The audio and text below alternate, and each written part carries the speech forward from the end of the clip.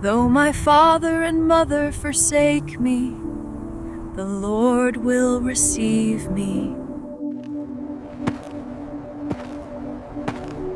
Psalm 27:10 paints a picture that is both painful and strangely comforting.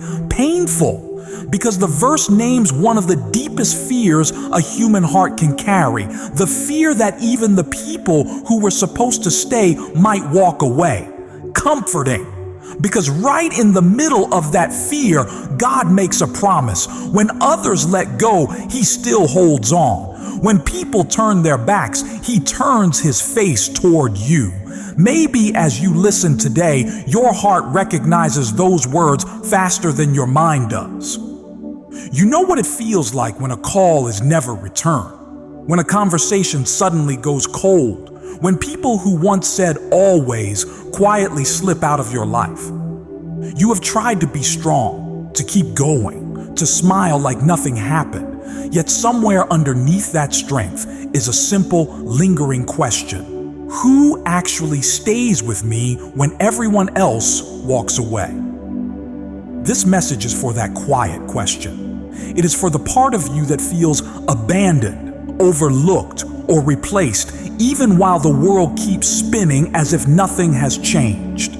Together, we are going to look at a different story, one that runs deeper than the rejections and goodbyes that have marked your journey. It is the story of a God who does not leave the room when your life gets messy. A God who does not walk away when you feel like a failure. A God who sits beside you in the silence and says, I am still here. Today, as we move into this first part, let your heart lean into a new possibility. The possibility that the season which feels like the loneliest chapter of your life might actually be the place where God is drawing closer than ever. The possibility that while some people were temporary, His presence is permanent. The possibility that you have never spent a single night, not even the darkest one, without Him near.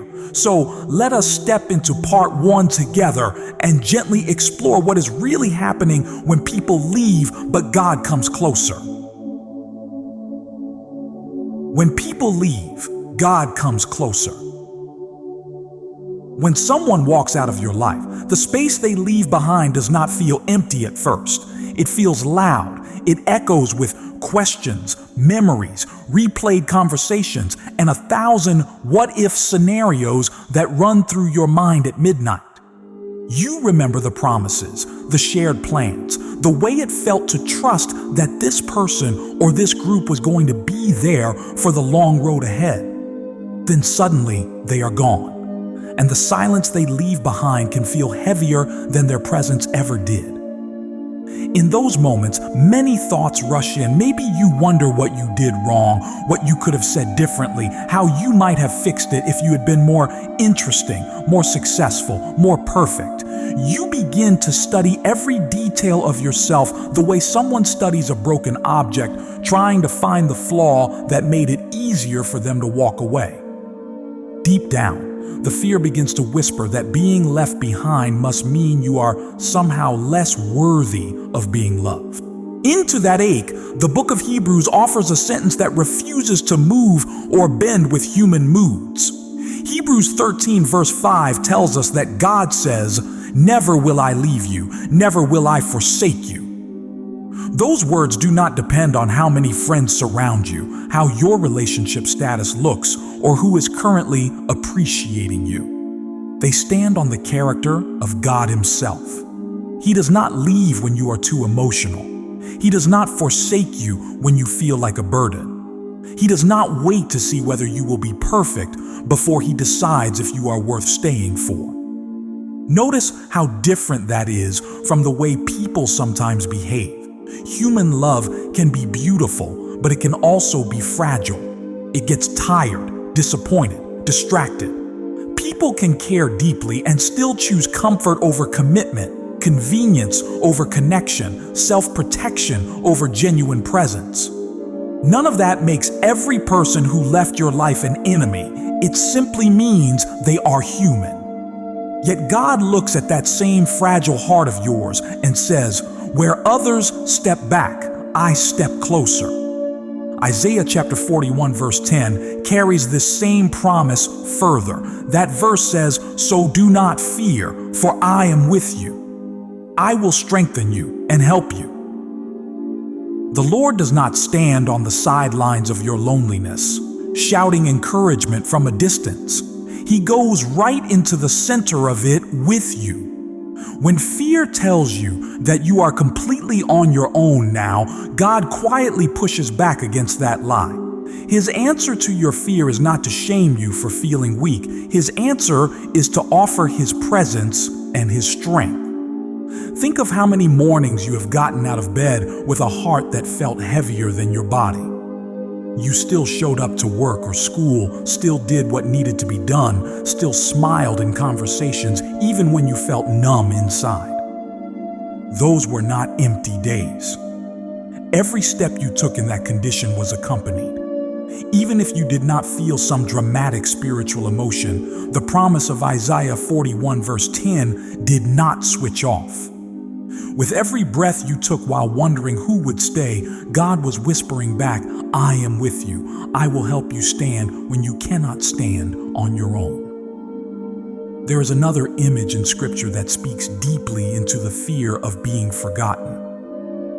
In Isaiah chapter 49 verse 16, the Lord says, "See, I have engraved you on the palms of my hands." That is a stunning picture. It does not say your name is written in pencil on a page that could be torn out. It does not say you are just one name among millions in a list that might be misplaced. It says you are engraved, carved into the very palms of His hands. In other words, your existence, your story, your tears are permanently in front of Him. When someone leaves your life without explanation, you may feel erased. You may look back over messages, photos, moments, and feel as if all of it has been deleted from their heart as quickly as a file is deleted from a phone. God wants you to know that this is not how He holds you. To Him, your name is not a memory that fades. Your presence is not an optional notification that He can silence. The engraving on His hands means He chooses to remember you, to carry you, to keep you before His eyes, even when you feel invisible to the rest of the world. So what does it really mean that God comes closer when people leave?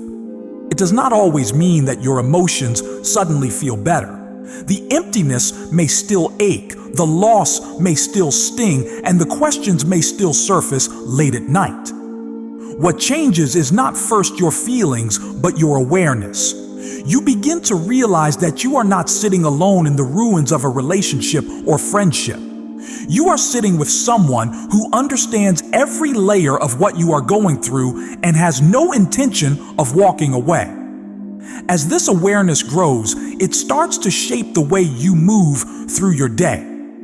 A morning that once felt like just another battle to survive becomes a moment to quietly say, "God, thank you for staying when others could not." A walk to work or school that once felt like a lonely march begins to feel like a slow journey with a faithful companion.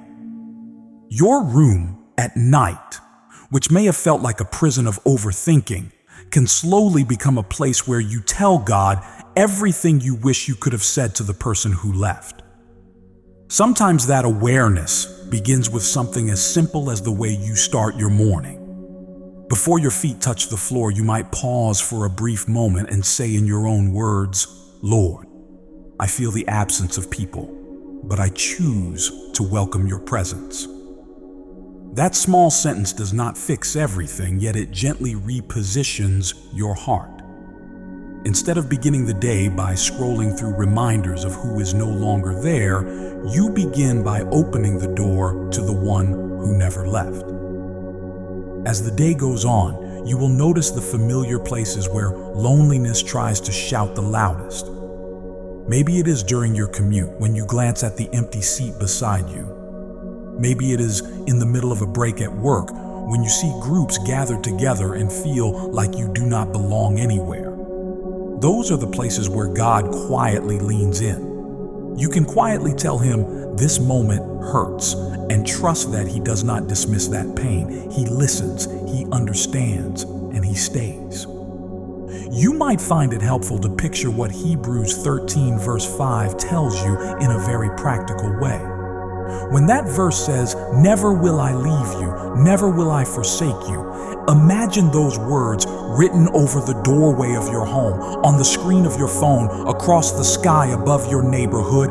Picture them sitting above every memory where you felt abandoned. Let that promise be bigger than the scene your mind keeps replaying. The more you see that sentence in your imagination, the more your heart begins to believe that it is talking about you, not just about someone holier or stronger. Another small step you can take is to create a quiet space in your day to talk honestly with God about the people who left. Not to pretend they were all terrible, not to deny the good moments, but to lay everything out in front of Him. You can tell Him what you miss, what you do not understand, what still keeps you awake at night. You can even admit when you feel angry at Him for allowing the loss. He is not offended by that honesty. He would rather hear your raw, unedited heart than listen to polished words that hide how you actually feel. When you begin to talk with God like this, your relationship with Him shifts from distant and formal to near and real. The God of Isaiah 41 verse 10 stops feeling like an idea and begins to feel like a person who is actually with you. The words, "I will strengthen you and help you," turn into lived experiences, small moments when you realize that somehow you made it through another hard day. You look back and see that the strength to keep going did not come from pretending you were fine. It came from leaning on Him when you clearly were not. On some days, you will still feel the sting of being left behind. The human heart does not heal on a schedule. Grief moves in waves. Some mornings the sea inside you feels calm. Other mornings you are hit by memories so strong they almost knock the wind out of you. In those moments, remember the image from Isaiah 49 verse 16. Picture the hands of God, scarred by love, carrying your name in a way that cannot be rubbed off or washed away. When others forgot to check in, He did not forget. When others stopped noticing your struggle, He did not stop seeing. You can also practice paying attention to the small evidences of His nearness during your day. It might be a verse that shows up at exactly the right time, a friend who sends a message without knowing what you are going through, a worship song that plays when your heart is heavy, or even just a quiet sense of peace in a moment when you expect it to fall apart. These things are not random. They are gentle reminders that God has stayed, that He is still actively involved in the details of your life. Little by little, the story you tell yourself about being alone starts to shift. Instead of saying no one cares, you begin to realize that God has been caring in specific personal ways. Instead of saying I have nothing left, you discover that His presence adds a richness to your days that you had not noticed before. The loneliness does not suddenly vanish, but it loses some of its power to define your entire reality. You may notice that as you become more aware of God's nearness, your posture toward other people starts to change as well. Where hurt once made you close off, fear once made you push everyone away, security in God's love begins to soften those hard edges. You learn to hold relationships with open hands, grateful when people stay but not destroyed when they leave. You learn to appreciate human love without demanding that it fill the place in, your heart that only God Himself can fill. In time, the season that felt like a cruel abandonment can become a chapter you look back on with a different kind of honesty. You will still remember the pain, the confusion, the tears, yet you will also remember the ways you encountered God in that very place. You will remember the verses that held you together, the nights when you sensed his comfort in the silence, the mornings when you somehow found the courage to get up and face another day. Those memories become markers, reminders that you have never walked alone, no matter how it felt. And as this first part of the journey settles into your heart, let it do more than encourage you for a moment. Let it call you into a new way of living with God day by day. Let it remind you in the quiet moments and the crowded ones that when people leave, God does not step back. He moves closer, he stands beside you, and he keeps on writing beauty into a story that others may have given up on too soon. Maybe today you feel too numb or too tired to believe any of this yet. That is all right.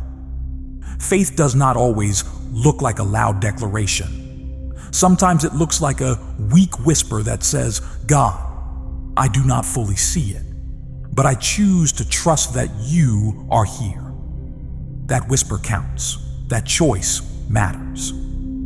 Every time you turn your attention, even for a few seconds, toward the God who stays, you are allowing light to enter places that have been dark for far too long. You can think of each new day as another chance to practice this awareness. When you brush your teeth, when you pour your coffee, when you lock the door behind you, imagine God quietly walking with you into every ordinary moment. Talk to him in the car, on the bus, while you stand in line, while you sit at your desk. You do not need perfect words. You do not need a special ritual. You only need a heart willing to believe that his promise to never leave you applies just as much in the boring moments as it does in the heartbreaking ones. Let this first part of the message settle deep into your soul. People may have walked away, but God did not. People may have stopped checking on you, but God still watches over you. People may have forgotten the details of your story, but God continues to hold every detail close. As we prepare to move on, remember that you are not a deserted place. You are a place God has chosen to inhabit with his presence, his comfort, and his unshakable love. So as you breathe in this truth, hold it close.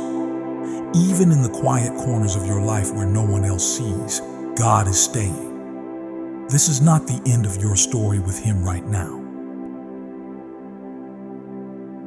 From abandonment to inner strength with God. When someone walks away, the first thing that usually collapses is not your schedule, it is your sense of worth. The days still fill up with tasks, with meetings, with responsibilities that pull you from one place to another, but somewhere inside a quieter drama is unfolding.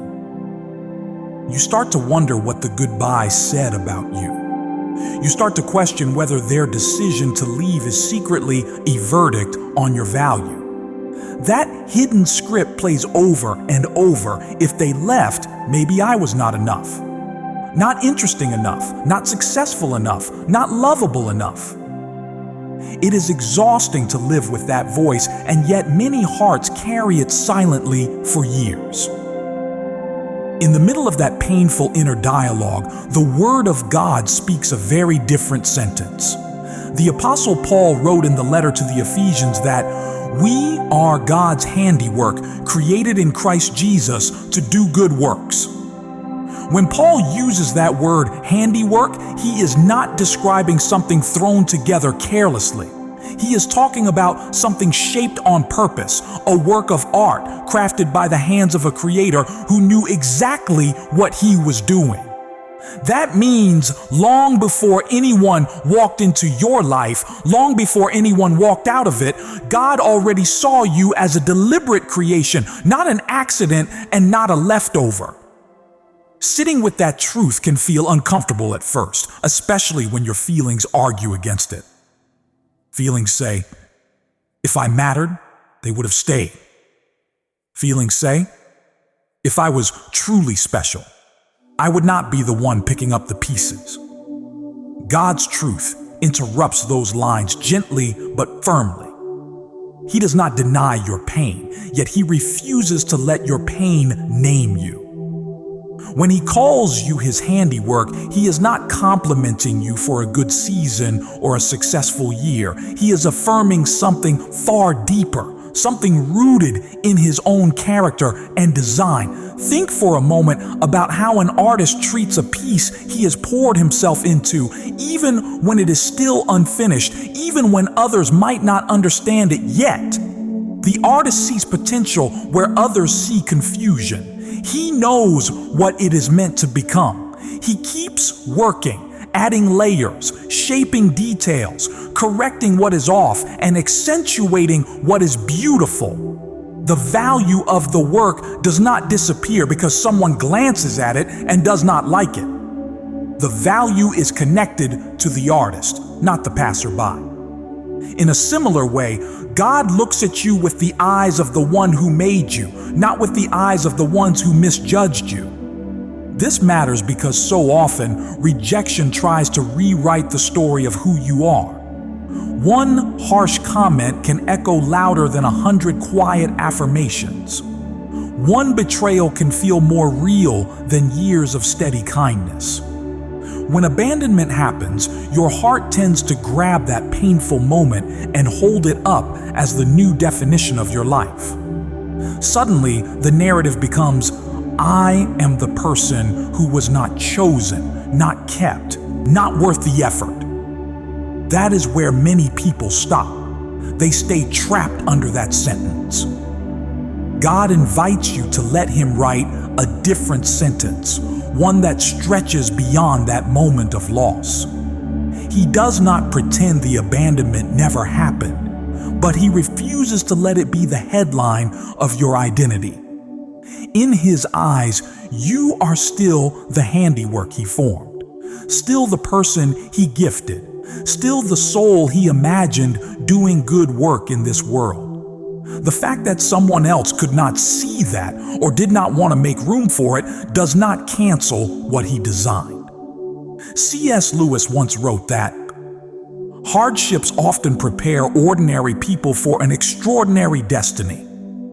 Those words have comforted many hearts not because they romanticize pain, but because they offer a perspective that is larger than the hurt. The season of being left behind can feel anything but extraordinary. It feels muddy, confusing, and small. You might look at your life and see only the broken pieces of what should have been. Yet from God's point of view, those very hardships can become training ground, preparing you to walk in a depth of strength, compassion, and faith you did not know you could carry. Think about what happens inside a person who keeps walking with God through rejection. They begin to learn that emotions are real but not final. They begin to discover that they can be deeply wounded and still deeply loved at the same time. They learn to separate their worth from the choices of others. They develop a stronger backbone, not because they never cry, but because each time they bring their tears to God, something in them is fortified. They are no longer shaped only by who stays and who leaves. They are shaped by the steady, unchanging love of the one who promised to remain. This is where the journey shifts from simply surviving abandonment to growing through it. At first, the goal is often just to get through the day without collapsing. Over time, as you invite God into the raw places of your heart, a new desire starts to surface. You begin to want more than just to survive. You want to live with purpose again. You want to wake up with more on your mind than what you lost. You want to step into the good works that Ephesians speaks about, even if your life does not look like you once imagined. To walk that path, you will need to release an old expectation, the expectation that the people who left you were the only ones who could walk with you into the future. That is a heavy burden to carry. It tethers your destiny to their decisions. When you let go of that idea, it does not mean you deny the pain or suddenly stop missing them. It means you stop giving them the power to define what is still possible in your life. It means you allow God to be God again, the one who can open new doors, raise up new relationships, and write new chapters that are not second best, but simply different from what you had scripted. Along that way, another voice of truth whispers from the life of a woman who knew suffering and surrender very well. Elizabeth Elliot once reminded believers that God has promised to supply all our needs. What we don't have now, we don't need now. That sentence cuts through so much anxiety. When someone walks away, the heart tends to panic. It imagines future moments when you will be alone, future challenges you will have to face without support, future celebrations that will feel emptier because a certain person is no longer there. In that swirling storm, the reminder that God supplies what you need when you need it becomes an anchor. If you do not have that relationship right now, however precious it once was, then as painful as it feels, you do not need it for this exact season in the way you think you do. God is not careless with your needs. He sees the context of your life more clearly than you ever could. He knows what would truly help you grow closer to Him and what would quietly pull you farther away. Sometimes in His mercy, He allows a door to close, not because He enjoys your tears, but because He sees a freedom on the other side that you cannot yet see. Receiving that perspective does not happen overnight.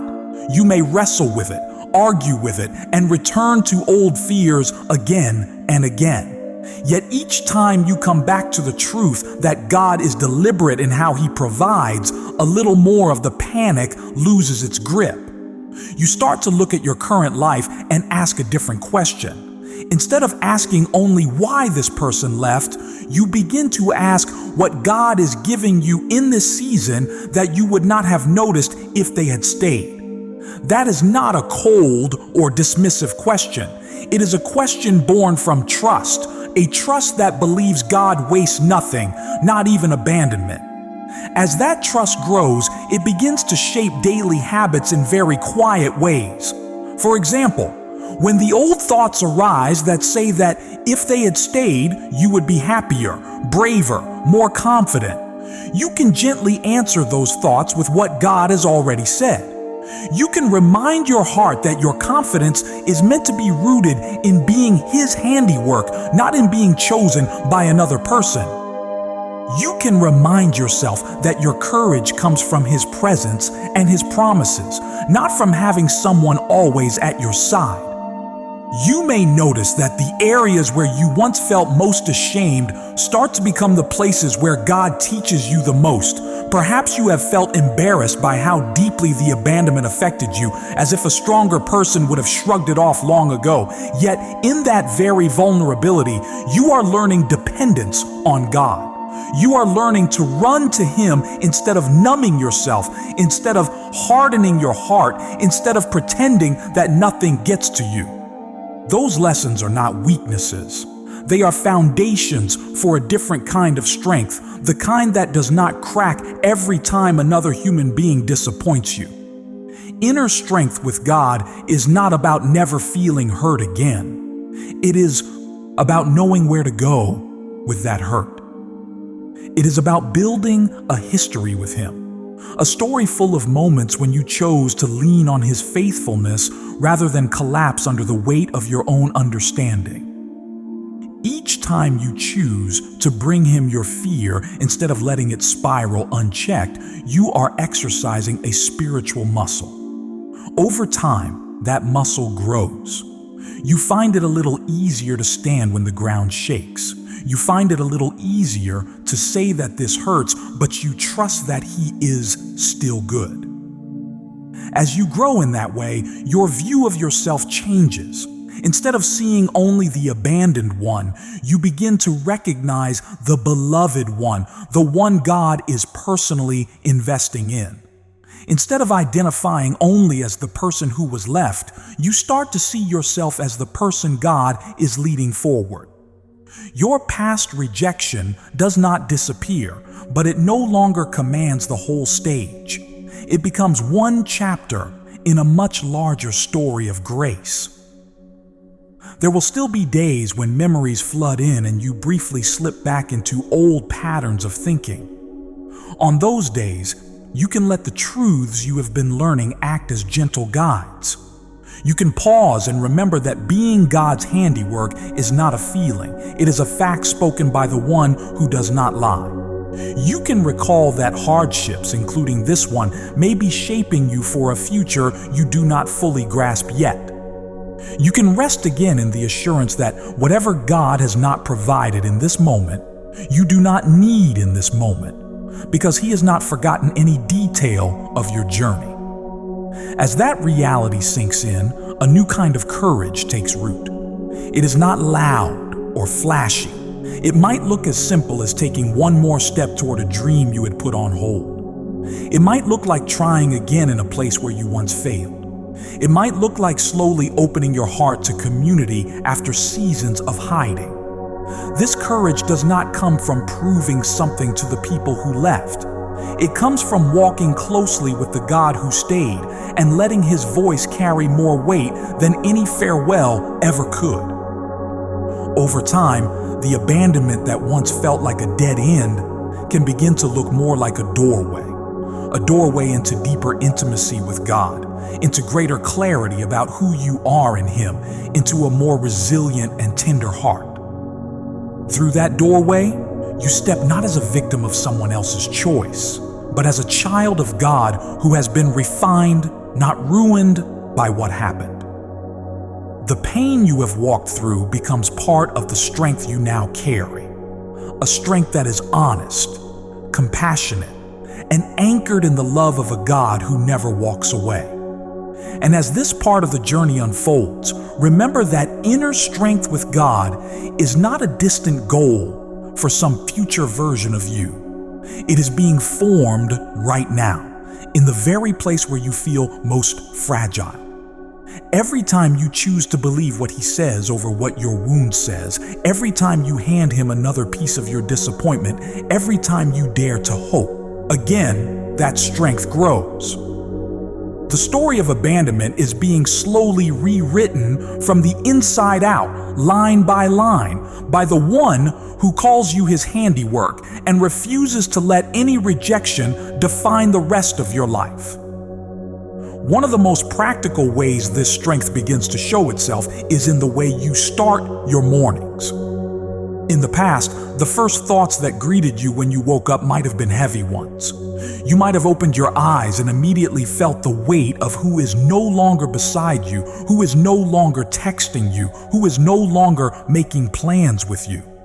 The day almost felt over before it began, because your mind rushed straight to the loss. Learning to find inner strength with God means inviting Him into that first vulnerable moment of the day and letting a different voice speak first. You might find it helpful, before you even reach for your phone, to quietly whisper something true over your own life. You could say that you thank God that you are His handiwork today, even if you do not feel impressive, even if you still feel broken. That simple sentence does not deny the pain, yet it anchors you in something greater than your emotions. It reminds your heart that your identity is rooted in what God has spoken, not in how rejected you feel. Over time, those small morning acknowledgments build a new foundation. Your mind begins to expect that God will meet you when you wake, not just when you are desperate at the end of the day. As the morning moves on, there will be moments when comparison tries to sneak back in. You may see other people laughing together, posting pictures with friends, moving forward in relationships that seem stable and fulfilled. In those moments, the old story likes to return, the story that says you have been left behind for good. Inner strength with God gives you another response.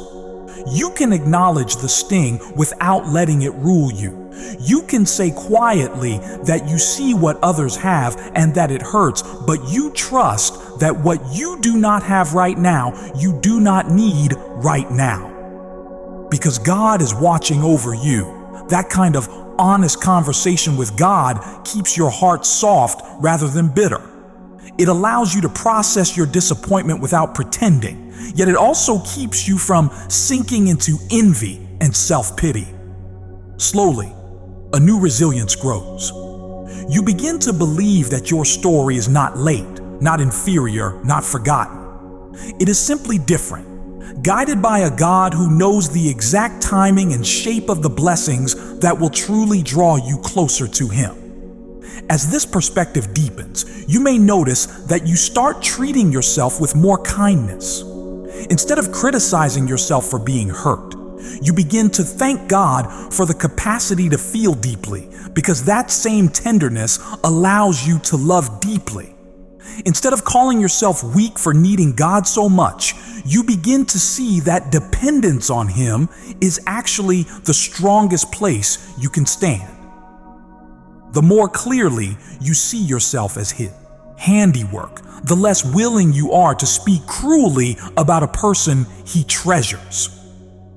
This change also influences the way you move toward your goals.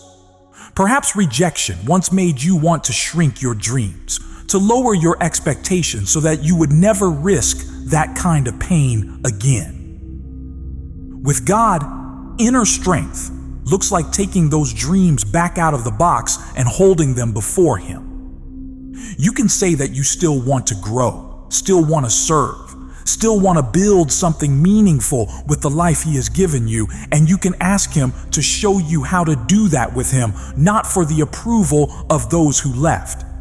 That shift in motivation is powerful. It turns your goals from desperate attempts to prove your worth into acts of gratitude and obedience. Day by day, as you walk this way, your relationship with yourself begins to heal. You no longer see your heart as a problem that needs to be fixed before God can use you. You begin to see it as a place God has chosen to dwell and restore. You start believing that nothing about your story is beyond His ability to redeem. Even the chapters of abandonment that used to fill you with shame can become testimonies of His comfort and faithfulness. When you talk to Him about those memories, you do so less as a victim replaying a wound and more as a child showing a father where it still hurts, trusting that He knows how to care for it. In time, you may even notice that the very experience of being left has given you a new capacity to stand beside others who feel the same way. You recognize the look in someone's eyes when you have known Him. Walking forward with God when you feel completely alone. There comes a point in every season of brokenness when the question quietly changes. At the beginning, the main question is often why. Why did they leave? Why did this happen? Why did the story end like this? But as time passes and the days keep arriving one after another, a different question starts to rise up. How do I keep going now? How do I walk into the future when I still feel like a piece of me is stuck in the past? That is the space where this part of the journey meets you. Not at the place of first shock, but at the long stretch afterwards where you still have to build a life in the middle of all that has changed. Walking forward when you feel completely alone does not mean pretending that the loneliness has disappeared. It does not mean forcing yourself to move on faster than your heart can actually heal.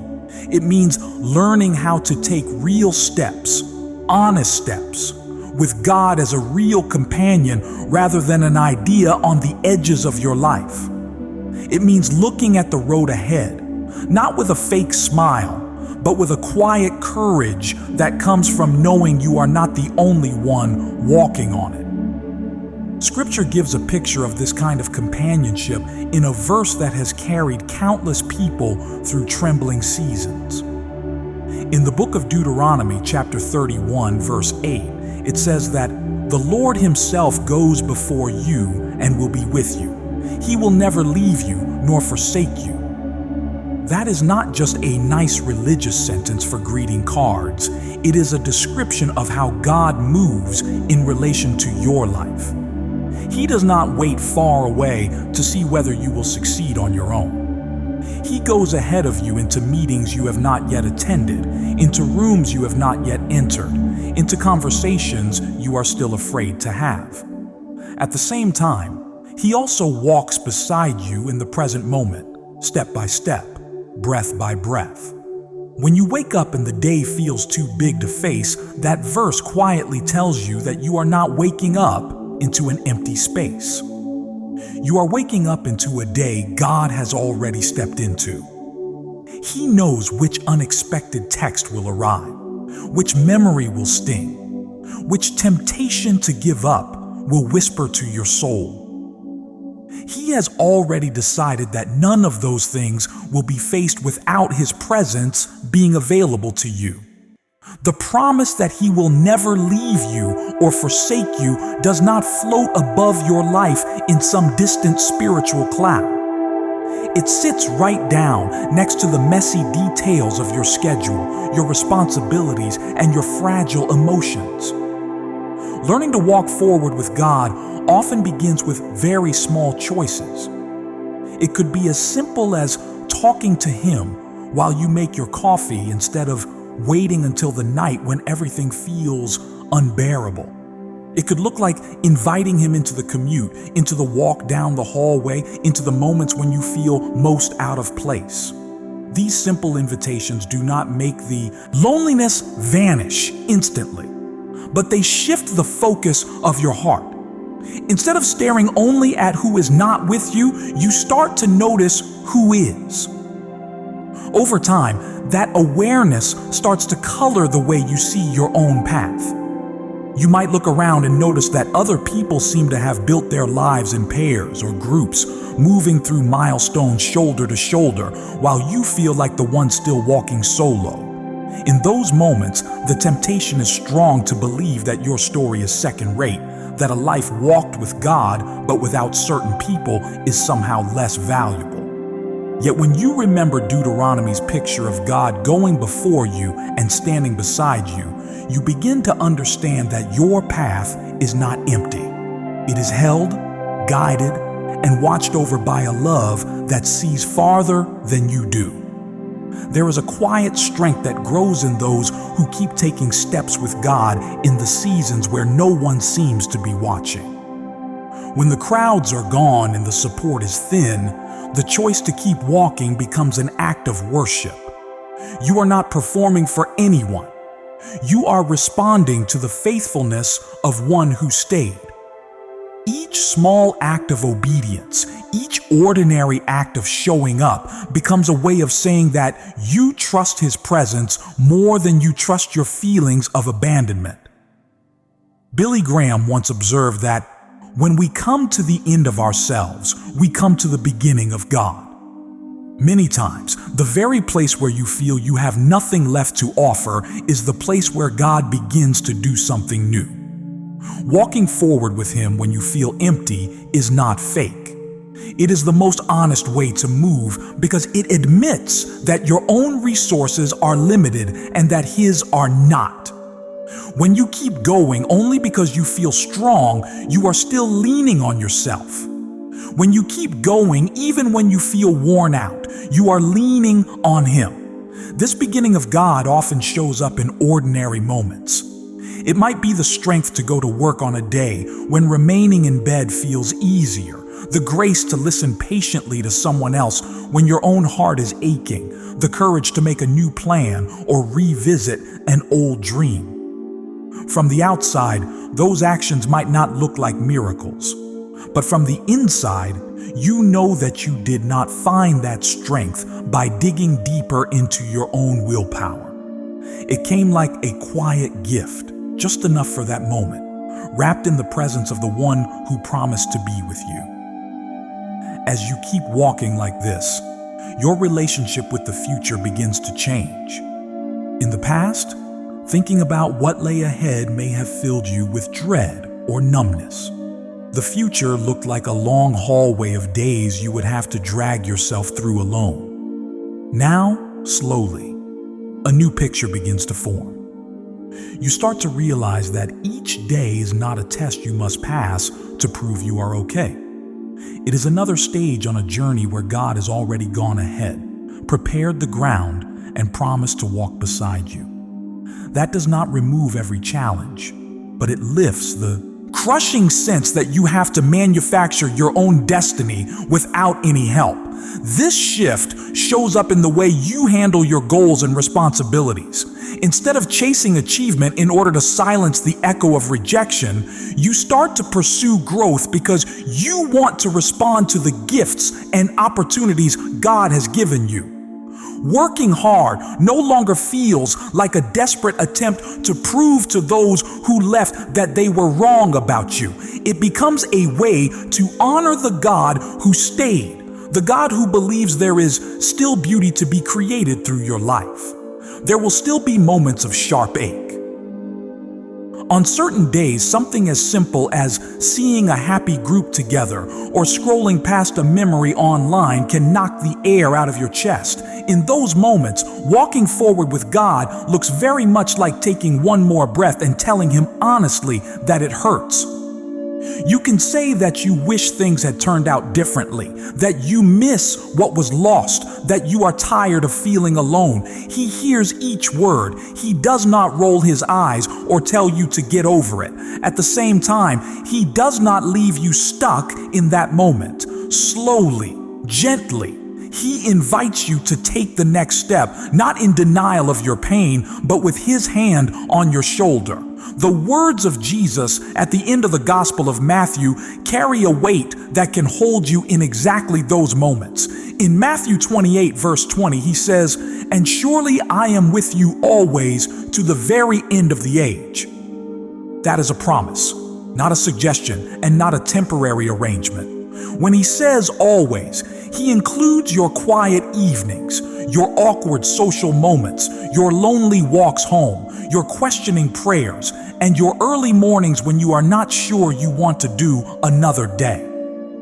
He pledges His presence not just at church or in obviously spiritual settings, but in every corner of your existence. Holding on to that promise changes how you interpret your own solitude.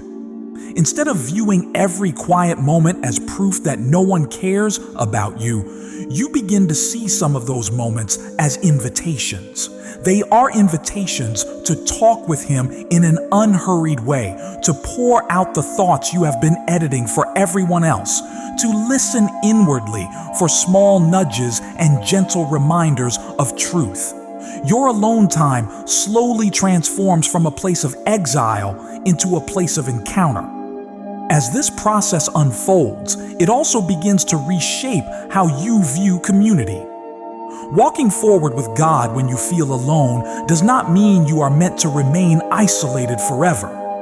God designed human hearts for connection. Yet now, instead of chasing relationships out of panic or settling for unhealthy dynamics just so you will not feel alone, you learn to walk with Him first. From that secure place, you can enter friendships and communities without demanding that they fix the ache only He can heal. You may find that as you trust Him with your path, He begins to bring new people alongside you, often in unexpected ways. Some will appear only for a short season, some will stay longer, but all of them will be easier to receive and easier to release because you know they are gifts, not guarantees. Your core stability no longer depends on their constancy. It rests in the steady presence of the God who has proven that He will not disappear when things get hard. Little practices can help you keep this perspective alive in your daily life. Perhaps at the end of each day, you can look back and name at least one moment where you sensed God's nearness. It might be a laugh you did not expect to have, a task you managed to complete, a word of encouragement from someone you barely know, or simply a strange calm in a situation that would once have overwhelmed you. When you name these moments, you are not forcing positivity. You are training your heart to notice the evidence that you have not been abandoned. Another simple practice is to ask God each morning to show you the next right step rather than the whole road ahead. The future can feel overwhelming when you try to carry it all at once. Asking for the next step places your focus back on the present, the only place where you can actually obey, choose, and act. It also leaves room for God to surprise you. You give Him space to redirect you, to open doors you did not know to knock on, to close paths that would have quietly led you away from His best. As you walk forward like this, you will occasionally look back and realize how far you have come. Certain memories that once ruled your emotional world will still be there, but they will no longer have the power to dictate your every decision. Certain fears that used to stop you at the threshold of new opportunities will still whisper, but they will not sound as loud as the memory of God's faithfulness. You will see that, step by step, the Lord who went before you and walked beside you has led you through terrain you once thought would break you. This growing history with God becomes a source of deep confidence. Not the kind of confidence that boasts loudly, but the kind that sits quietly in your soul and tells you that no matter what comes, you will not have to face it alone. You start to carry yourself differently, not because your life looks perfect, but because you know where your help comes from. You can look at new challenges, new responsibilities, even new relationships, and say that you may not know exactly how everything will unfold, but you trust the one who goes before you into each unknown. In time, the season where you felt completely alone will become part of the testimony God writes through your life. You will remember how hard it was, how draining and confusing, yet you will also remember the ways He met you there.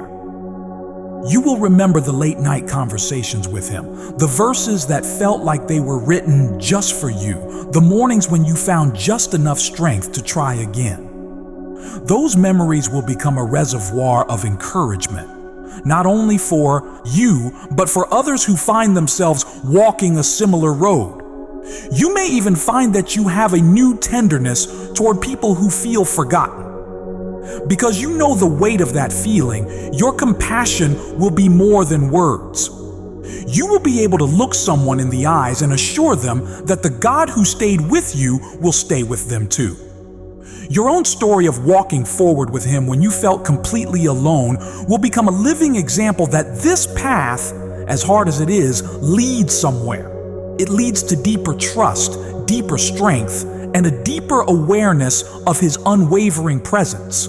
So if today you stand in that in-between place, no longer in the shock of what happened, but not yet settled into a new normal, let this be your encouragement. Every step you take with God in this lonely stretch counts. Every small act of faithfulness, every whispered prayer, every moment when you choose to believe His promises more than the echoes of rejection is building something inside you that will last. The God who went before you into this season will go before you into the next and the one after that, and every season still to come. There is something powerful that happens when you start inviting God into the places that scare you about the future. Maybe it is a conversation you have been putting off, a decision you keep avoiding, or a dream you are almost afraid to admit you still carry. Instead of waiting to feel brave and then praying, you can reverse that pattern. You can bring the fear, the confusion, and the fragile hope to Him first and ask Him to stand in that place with you. When you picture Him already present in the moment you dread, the dread begins to lose some of its strength. You might notice that as you do this, your imagination itself starts to change. Before, when you thought about the future, your mind might have filled the scene with emptiness, with you walking into rooms where no one understands you. Now, as you deliberately imagine God going before you, those scenes look different. You can picture Him in the meeting and in the quiet apartment, not as a distant glow, but as a steady presence who knows what you need. Walking forward with God also means allowing Him to redeem the small routines of your life. The same hallway you used to walk down with dread can become a place where you silently repeat His promise to never leave you. The same desk where you once felt invisible can become a place where you offer your work to Him as worship. The same streets that reminded you of who is no longer walking beside you can become paths where you consciously walk with Him step after step until what once felt like a reminder of loss begins to feel like a reminder of companionship. Sometimes the most courageous thing you can do is to stay open to God's leading, open to new friendships, open to unexpected joy. After being hurt, it is tempting to close every door and lock every window of your heart. That might feel safer for a while, but it also keeps out the fresh air. As you walk with God, you can ask Him to show you when it is time to open the curtains again, to let light back in, to notice beauty around you without feeling guilty for enjoying it. In all of this, remember that progress is rarely a straight line. Some days you will feel strong, and on other days, you will feel like you have slipped backwards into old fears. That does not mean you have failed or canceled what God has already done in you. It simply means you are still human and still in need of the same God who has carried you this far. Each time you find yourself struggling, you can return to His promises, to His presence, and to the quiet certainty that He is not tired of walking with you. He is in this for the long journey, not for the easy parts. As this chapter of your journey comes into focus, allow yourself to feel both the ache and the hope. The ache tells the truth that you have lost something real.